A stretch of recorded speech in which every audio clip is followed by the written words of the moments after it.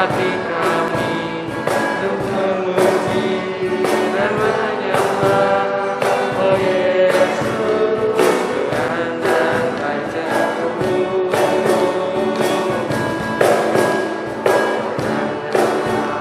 Kami kasih di antara kami semua, oh Yesus, Tuhan dan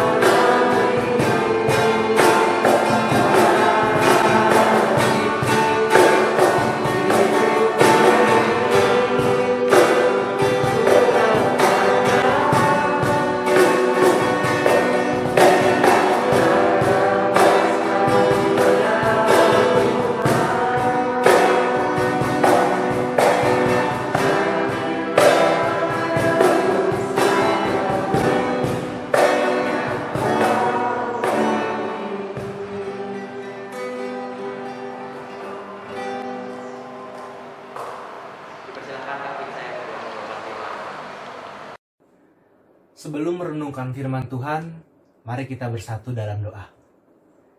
Mari kita berdoa. Hanya padamu ya Allah, kami menyerahkan diri kami menyerahkan isi hati dan pikiran kami. Tolong pimpin kami, tolong bimbing kami, sehingga kami dapat mengerti isi dari firman-Mu, dan bukan hanya kami dapat mengerti, tapi kami dapat melakukannya di kehidupan kami sehari-hari. Kami serahkan semuanya hanya di dalam nama-Mu. Amin. Kita akan membaca Alkitab pada hari ini yang diambil dari Injil Matius pasalnya yang ke-21, ayat yang ke-23 sampai 32. Saya akan membacakannya untuk kita semua. Pertanyaan mengenai kuasa Yesus.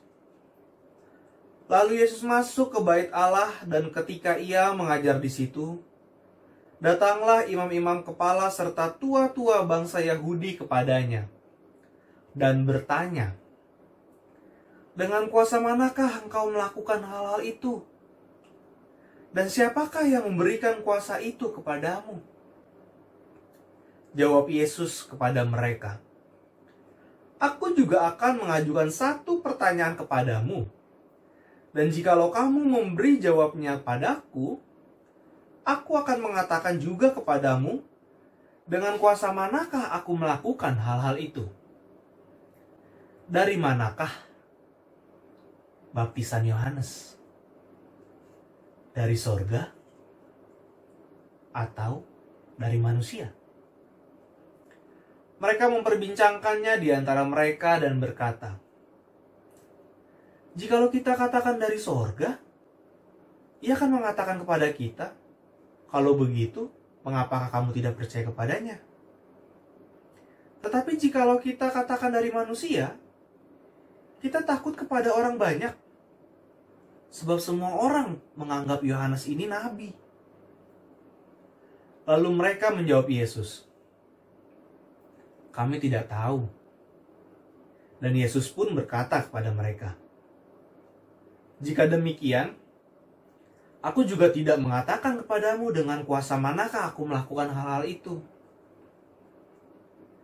Tetapi apakah pendapatmu tentang ini?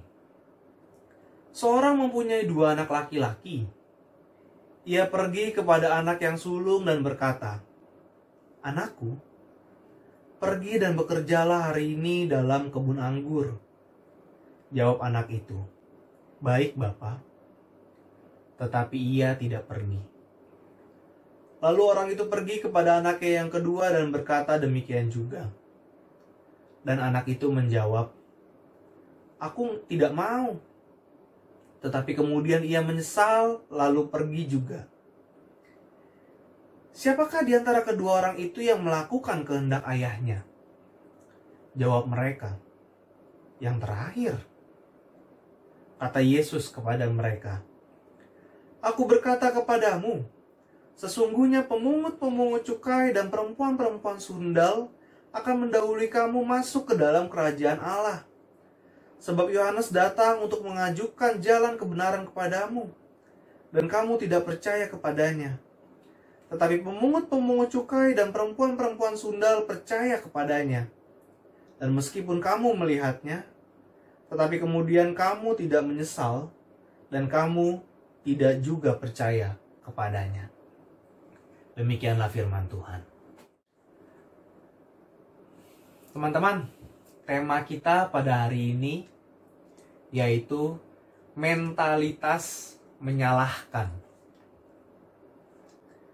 Pada saat saya membaca tema mentalitas menyalahkan, saya teringat dengan salah satu permainan yang saat ini sedang banyak dimainkan.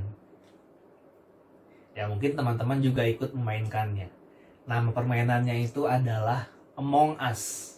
Permainannya seru banget, menarik banget, tapi sedikit menyeramkan nih. Sedikit menyeramkan. Jadi begini permainannya. Itu permainannya ada di gadget. Misalnya teman-teman bisa bermain online jarak jauh pun bisa bermain bersama-sama teman gitu kan.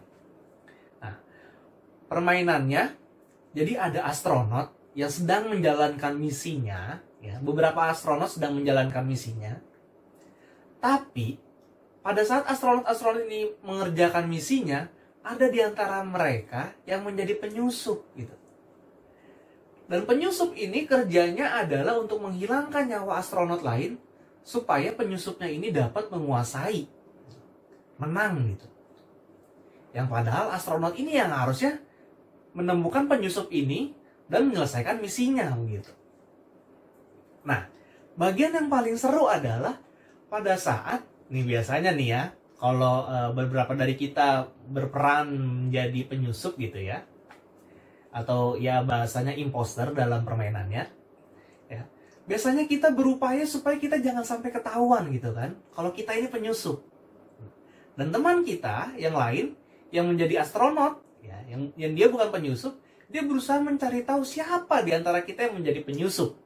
Nah, dan yang bagian menariknya adalah kita sering kali dalam permainan itu suka saling tuduh-menuduh ya kan. Ah dia nih kali ini penyusupnya. Ah bukan, ini kali penyusupnya. Ya. Bahkan yang penyusup pun bisa menyalahkan orang lain gitu kan. Supaya dirinya nggak ketahuan kalau dirinya penyusup. Nah saling menuduh, saling menyalahkan, itu yang menjadi seru dalam permainan gitu. Yang padahal kita pernah dengar kan ada istilah ya, ada hukum Taurat yang berbunyi jangan berkata saksi dusta kepada sesamamu. Ya tapi namanya permainan ya teman-teman. Namanya permainan pasti kita akan berusaha supaya karakter yang kita pegang ini menang dong ya kan. Nah makanya kita mencoba untuk menyalahkan orang lain, kita mencoba untuk menuduh orang lain supaya gamenya itu dapat kita menangkan. Tapi ingat teman-teman, itu hanya dalam permainan ya.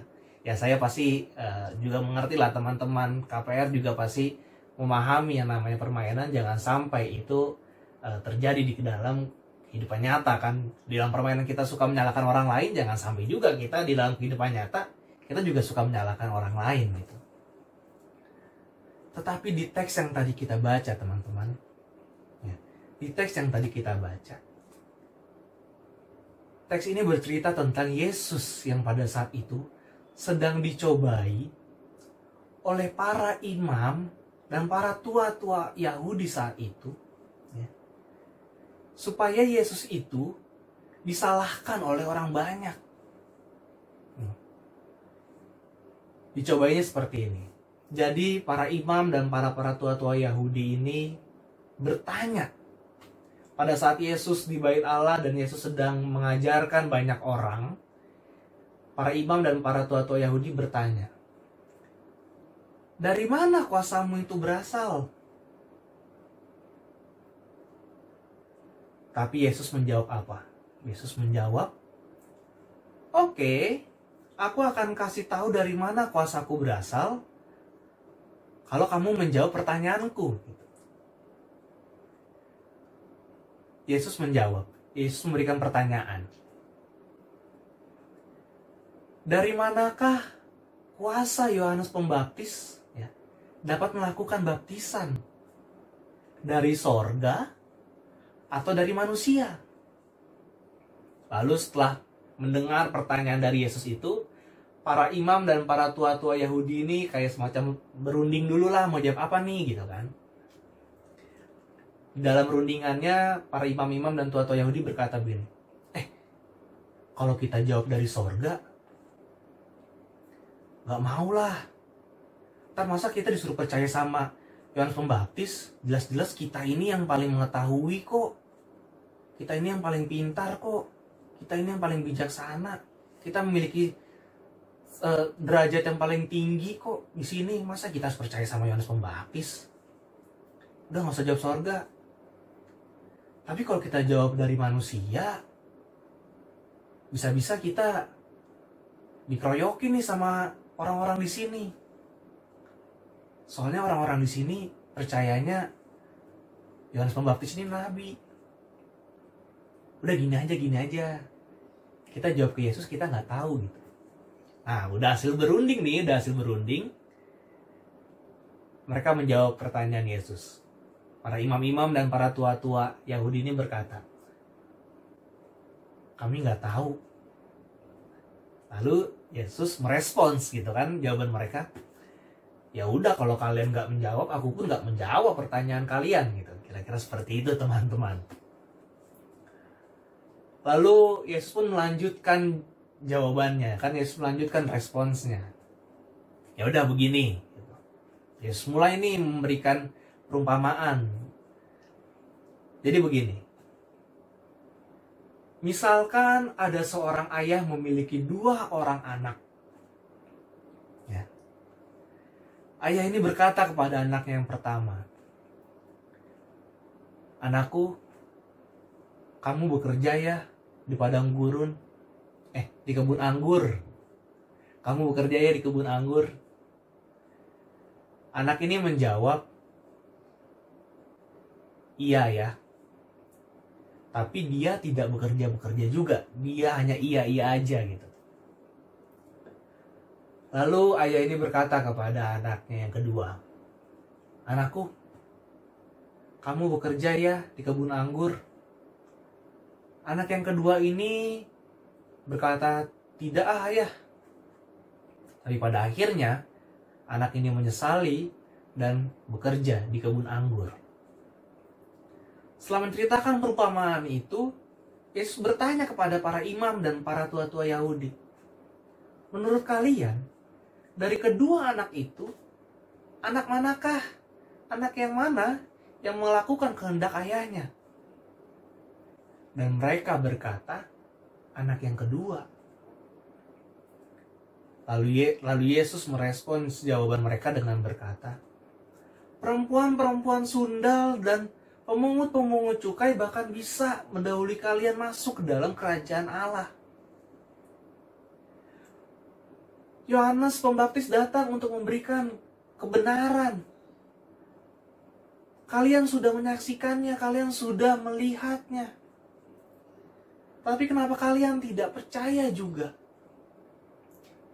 Apa arti dari perkataan Yesus ini, teman-teman?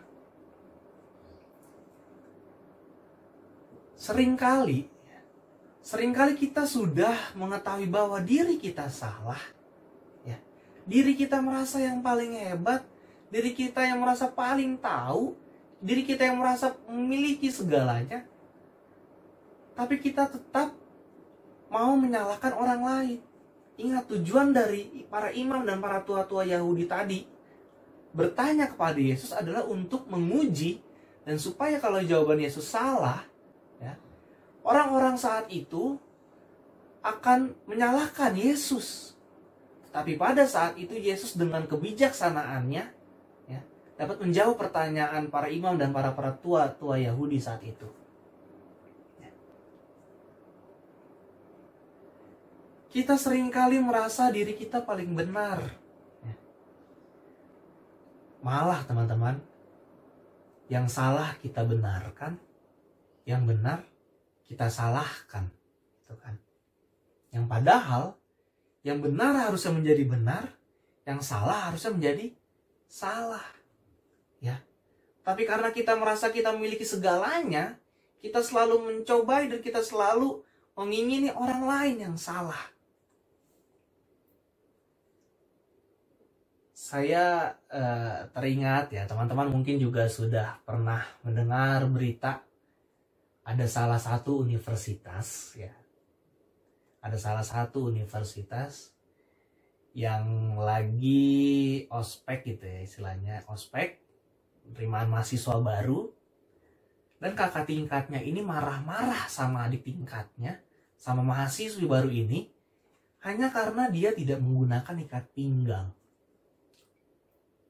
Hanya karena dia tidak menggunakan ikat pinggang, maka kakak tingkat ini menyalahkan adik tingkat itu di depan mahasiswa-mahasiswa baru lainnya. Ya. Sekarang pertanyaannya, kenapa kita seringkali tanpa sadar atau bahkan dengan sengaja suka banget nyalain orang lain? Mungkin dulu kita pernah merasakan seperti itu.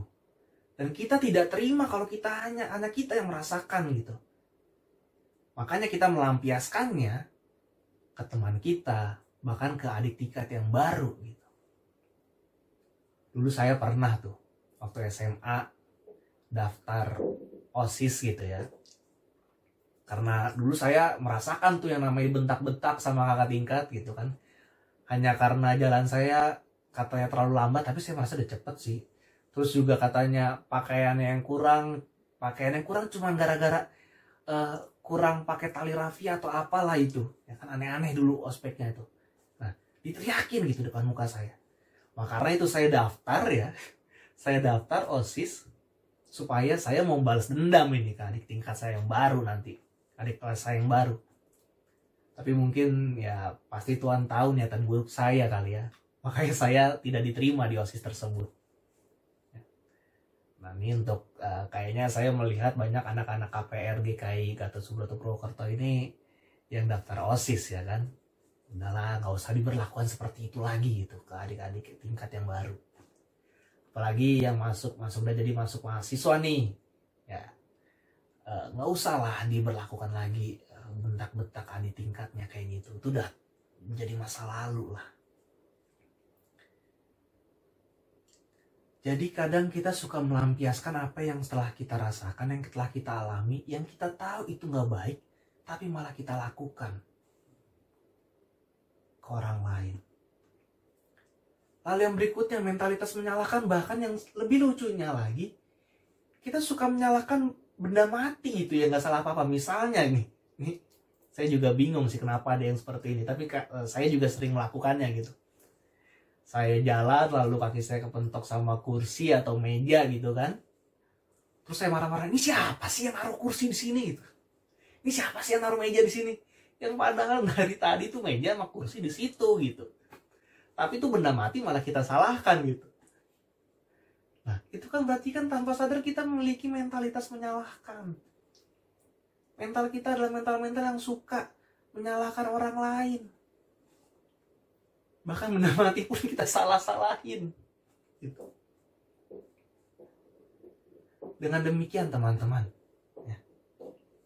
Oleh sebab itu Yesus di kalimat akhirnya yang tadi mengatakan perempuan-perempuan sundal dan pemungut-pemungut cukai bahkan bisa mendahului para imam dan para tua-tua Yahudi itu masuk kerajaan Allah, karena para pemungut cukai dan para perempuan sundal itu mengakui kesalahannya, bertobat, mengoreksi dirinya sendiri, mengetahui bahwa apa yang dikerjakannya salah, dan tidak melakukannya lagi.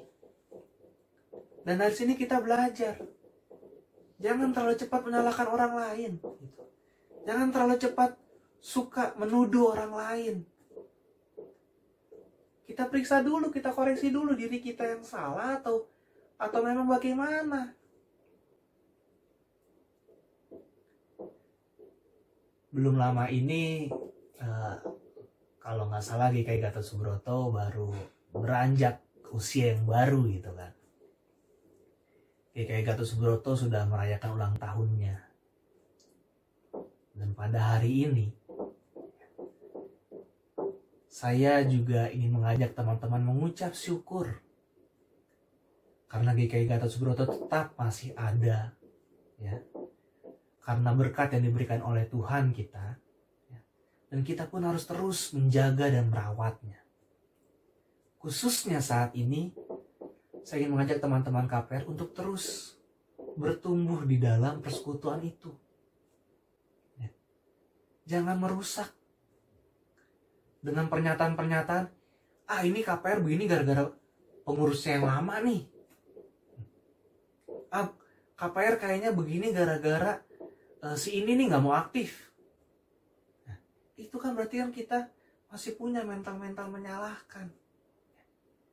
Kalau kita mau mengucap syukur atas apa yang telah diberikan Tuhan kepada kita, ya, khususnya persekutuan KPR atau bahkan yang lebih luas GKI Gatot Subroto ini, ya, kita koreksi mana yang kurang tepat, mana yang kurang baik. Jangan terus kita salahkan.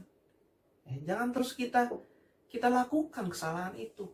Tapi kita perbaiki diri kita. Ya. Kita lihat apakah yang kita lakukan selama ini sudah sesuai dengan kehendak Allah? Apakah yang kita lakukan selama ini? Apakah mental kita selama ini sudah menjadi mental-mental yang bertumbuh di dalam Kristus, yang menebarkan kebaikan, yang melakukan tindakan-tindakan baik kepada sesama, kepada hal bahkan seseorang yang tidak kita sukai sekalipun? Atau kita memiliki mental yang memendam rasa kesal dan kita melampiaskannya ke orang lain? Semoga kita meninggalkan mentalitas menyalahkan itu dan terus bertumbuh dalam Kristus. Amin. Mari kita berdoa. Terima kasih ya Allah, Engkau mengingatkan kami untuk tidak selalu berada di dalam mentalitas yang suka menyalahkan. Kami mohon ya Allah, pimpin kami, bimbing kami, sehingga kami dapat bertumbuh di dalam-Mu. Sehingga bukan terus kesalahan-kesalahan orang yang kami ingat, sehingga kami melampiaskannya ke orang lain. Tapi kebaikan-kebaikan-Mu yang kami ingat, sehingga serta kebaikanlah yang dapat kami lakukan di kehidupan kami sehari-hari. Kami meyakini itu semua dapat terjadi apabila Engkau menuntun kami dan menyertai kami. Amin. Ya teman-teman, setelah mendengarkan firman Tuhan yang dibawakan oleh Kak Garuda tadi, sekarang waktunya kita untuk memberikan sedikit berkat yang telah diberikan oleh Tuhan melalui persembahan. Untuk link persembahan ada di awal video persekutuan remaja ini, dan jika ingin persembahan untuk remaja bisa scan juga di QR. Ya, mari kita menyanyikan lagu bawa persembahan.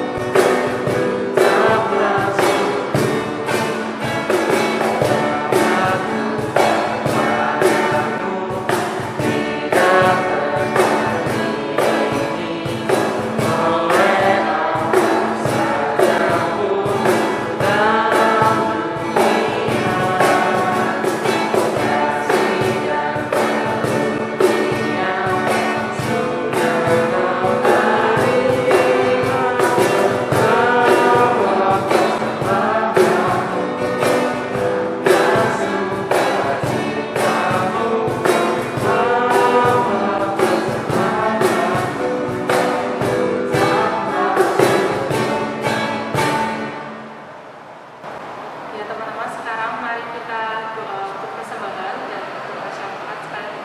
Teman-teman, kita berdoa. Ya Tuhan, berkatilah gereja ini ya Tuhan yang telah berulang tahun 82. Berkatilah semoga ibadah kami Sudodo semakin maju dan bisa mengembangkan jemaatnya dan bisa menjadi berkat bagi sesama ya Tuhan. Berkatilah jemaat kami juga supaya bisa menggunakan nama Tuhan ini kami lanjutkan. Ya Tuhan, kami juga berdoa untuk Tuhan dan teman-teman kami, kiranya Engkau sertai dan Engkau berikan kesehatan selalu di tengah-tengah doa ini kami lanjutkan. Tuhan, kami juga berdoa untuk bangsa dan negara kami, Tuhan, yang sekarang sedang dilanda oleh virus corona, Tuhan, dan juga banyak masyarakat yang masih menderita saat ini. Semoga Tuhan dapat menyembuhkan dan dapat menghilangkan penyakit ini dari muka bumi, dari bangsa kami, dan juga Tuhan dapat menolong orang-orang yang saat ini masih susah ya Tuhan. Doa ini kami Tuhan, dalam kami yang dapat bersyukur dengan kerajaan kami.